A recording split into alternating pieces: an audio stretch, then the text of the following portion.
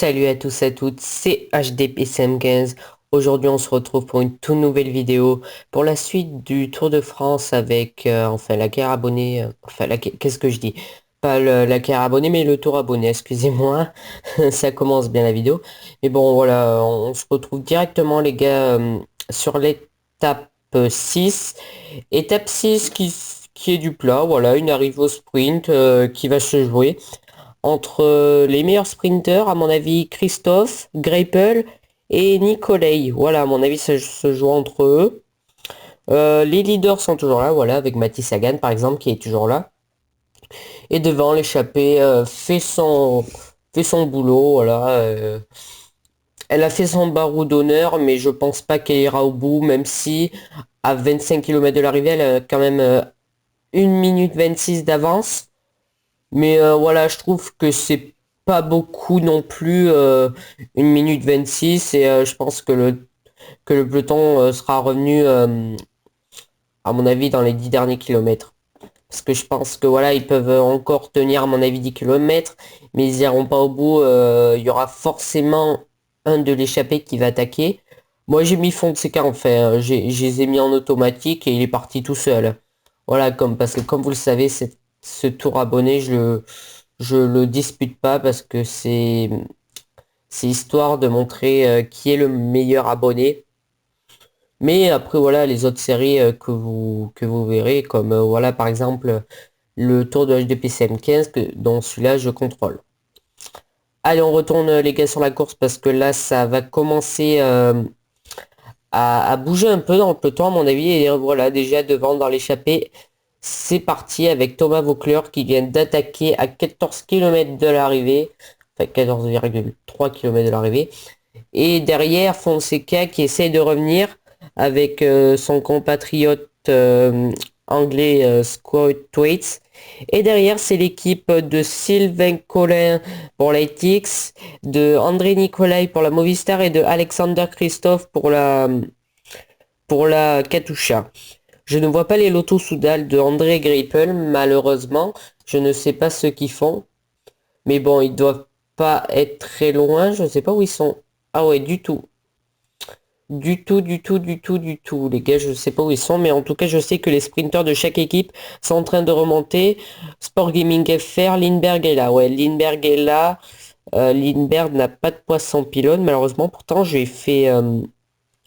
fait Mans Kelson, mais voilà, ils ont décidé de pas faire de, ils ont décidé de pas faire de train. Donc voilà, c'est leur choix.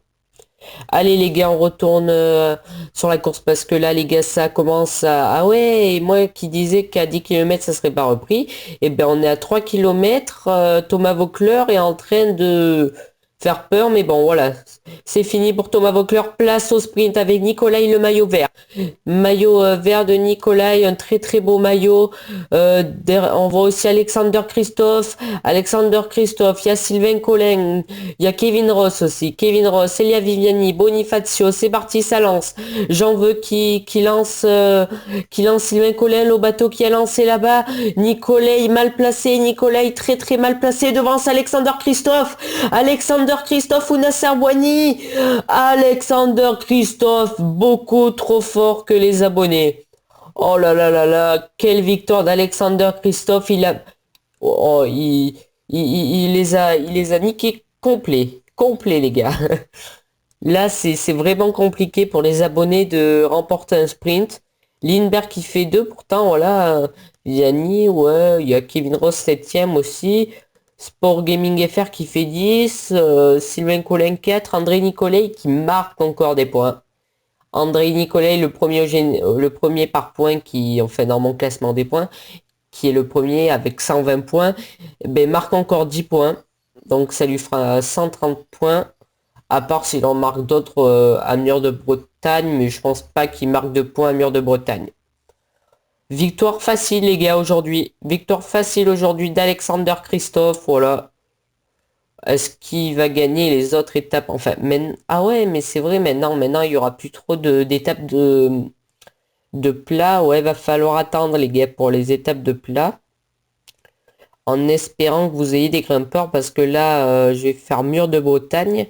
Et le prochain épisode, ça sera quand même le contre-la-montre par équipe et la Pierre Saint-Martin. Donc la Pierre Saint-Martin, ce sera déjà un gros défi pour les premiers, pour les grimpeurs. Donc voilà. Donc là, je vous fais défiler le classement, les gars, pour voir votre classement. Moi, j'essaie de voir en même temps que je défile le classement de mes coureurs. Même si je contrôle pas, ouais, que les Van Boom, je viens de le voir. Mais bon, après, moi, je m'en fous un peu. Il se gère. Ah, abandon de Yuki Arashiro. Un abandon dans cette étape, Yuki Arashiro et Ronald McBurger, 193e. Ronald McBurger, 193e, et encore la Orica lâchée. Alors, je ne sais vraiment pas ce qu'ils ont, la Orica. Ça fait 2 étapes de suite. Voilà, Enzo Meyer. Allez les gars, on se retrouve tout de suite à quelques kilomètres de l'arrivée du mur de Bretagne. Allez, tout de suite. Les gars, on se retrouve à 30 kilomètres de l'arrivée de mur de Bretagne et en fait de l'étape du mur de Bretagne. Et devant, c'est très très très surprenant, mais Louis Lon Baizim est parti en tête. Je ne sais pas ce qu'ont dit les directeurs sportifs de l'Astana, mais c'est très bizarre. Louis Lon Baizim est parti en tête. Enzo Meyer, je comprends peut-être un peu plus parce qu'il a quand même un quart d'heure déjà de perdu. Mais voilà, c'est très bizarre et en plus, ah ouais, voilà pourquoi le peloton roule très vite, c'est parce qu'il y avait Louis Londbaizim en tête et depuis tout le début de l'étape et Ronald McBurger, voilà, c'est vraiment pas son jour. Entre hier, entre l'étape d'avant et celles d'avant aussi, ouais, c'est vraiment pas son jour à Ronald McBurger. J'espère pour lui qu'il va pas abandonner. Parce qu'on est quand même déjà assez loin de l'arrivée. Donc ça va être compliqué pour lui. Et à l'allure où ça va, voilà, ça va être compliqué. On a aussi Fabien Spartacus que j'ai pas cité. Et l'attaque de Seb Van Mark. Attaque de Seb Van Mark, les gars. Mon coureur préféré qui attaque. Tout de suite suivi par Louis Landbaizim. Louis Landbaizim, comme je vous le disais, c'est très surprenant parce que c'est le 13e au général. Il a que 3 minutes de retard, mais voilà, moi, le peloton, je sais pas ce qu'ils font, hein. Même qu'on soit près de l'arrivée, ils ont quand même laissé Baizim aller en tête dans l'échappée. Et ouais, c'est assez dangereux, je trouve. C'est assez dangereux, mais bon. Et en plus, voilà, Louis Baizim est reparti tout seul. Allez, Louis Baizim qui va essayer d'y aller à 15 km de l'arrivée. Va-t-il réussir à faire le coup, Louis Baizim? Ça commence à se regarder dans le peloton. Voilà, Kirienga qui a pas trop envie de rouler, mais c'est plus Gilles Fichet. Attaque de Thomas Sagan. Attaque de Thomas Sagan et Richard Lowe, comme on s'en rappelle, les gars. On s'en rappelle, au mur de 8, ces deux-là avaient attaqué, et bien ils refont la même chose. Attaque de Thomas Sagan et de Richard Lowe. On s'en rappelle au mur de 8, voilà, je le répète, ils avaient attaqué tous les deux, se sont fait reprendre par cet homme-là qui est en tête, Louis Lundbaizim, et se sont fait déposer. Alors faut vraiment faire gaffe à Thomas Sagan parce qu'il est en forme à mon avis. Mathis Sagan est là, et derrière des coureurs lâchés qui jouent pas trop le général. Attendez, là je vais vite faire prendre le gel à tous mes coureurs, voilà. Histoire de dire que voilà, ils ont roulé. Bon après je m'en fous un peu, c'est juste pour la forme. Allez les gars, on retourne parce que là 6 km, attaque de Thomas Sagan. Nouvelle attaque de Thomas Sagan tout de suite suivi par l'eau. Oh là là là là, Corentin Dumondin qui est là, Louis Mentiès, Loulou Mentiès, excuse-moi Fab, voilà, Loulou Mentiès, Gilou Fichet, Greppel, Christophe qui sont là, Fabien Guiming est là, Mister PCM, mais devant c'est Thomas Sagan. Thomas Sagan est parti pour aller chercher la victoire, le peloton est juste derrière, à 38 secondes. Thomas Sagan qui entame le mur de Bretagne, allez, 2 km à faire, 2 km à faire, Joachim Schandreider, attaque de Joachim Schandreider, tout de suite suivi par Loulou Mentiès. Loulou Mentiès qui est dans la roue de Schandreider, mais devant c'est toujours Thomas Sagan. Thomas Sagan toujours en tête. Thomas Sagan toujours en tête, mais est-ce que le cours de la Lotto Souda va le déposer? On espère.